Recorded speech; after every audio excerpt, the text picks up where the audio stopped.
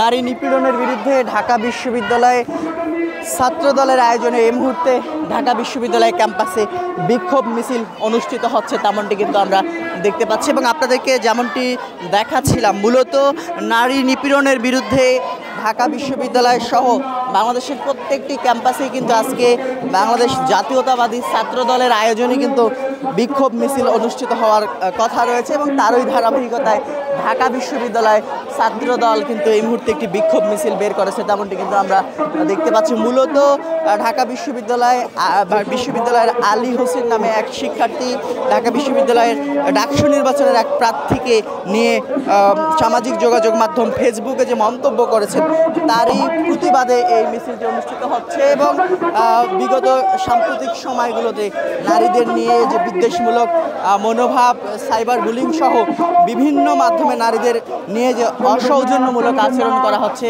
সেটির বিরুদ্ধেই কিন্তু বাংলাদেশ জাতীয়তাবাদী ছাত্রদল তারা আজকে এই বিক্ষোভ মিছিলের আয়োজন করেছে। সারা দেশের প্রত্যেকটি ক্যাম্পাসে তারা বিক্ষোভ মিছিলের আয়োজন করেছে, সেটির ধারাবাহিকতায় আমরা দেখতে পাচ্ছি এই মুহূর্তে ঢাকা বিশ্ববিদ্যালয়ে শাখা ছাত্রদল তারা কিন্তু আজকে এখানে একটি বিক্ষোভ মিছিলের আয়োজন করেছে, তেমনটি কিন্তু আমরা দেখতে পাচ্ছি। এই বিক্ষোভ মিছিলটি আমরা দেখেছি টিএসসি এলাকা থেকে শুরু হয়ে পরবর্তীতে কলা ভবন, এই মুহূর্তে হলপাড়া হয়ে আবারও ভিসি চত্বরের দিকে এগিয়ে যাচ্ছে, তেমনটি কিন্তু আমরা দেখতে পাচ্ছি। একটু যদি বলে রাখি ঢাকা বিশ্ববিদ্যালয়ে যে ডাকসু নির্বাচন হচ্ছে সে ডাকসু নির্বাচনে স্বতন্ত্র শিক্ষার্থী ঐক্য পরিষদের যে প্রার্থী রয়েছেন ঢাকা বিশ্ববিদ্যালয় ইসলামী ছাত্র শিবিরের সভাপতি এস.এম. ফরহাদ, তার বিরুদ্ধে যে রিটকারী শিক্ষার্থী ফাহমিদা আলম, সে ফাহমিদা আলমের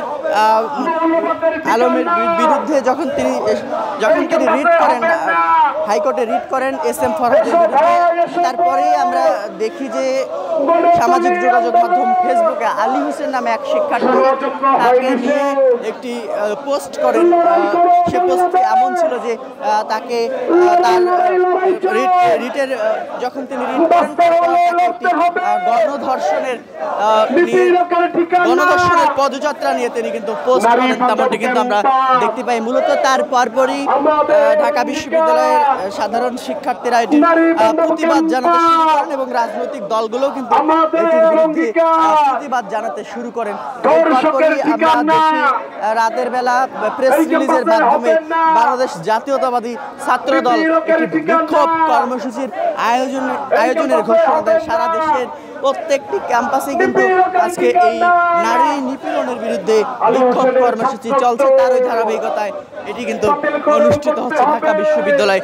এবং আপনাদেরকে দেখাচ্ছিলাম যে শিক্ষার্থী আলী হোসেন এই মন্তব্যটি করেছেন, তার ছাত্রত্ব বাতিলের ঢাকা বিশ্ববিদ্যালয়ে ছাত্র দলের নেতা কর্মীরা চলবে না ডাকসু নিয়ে ষড়যন্ত্র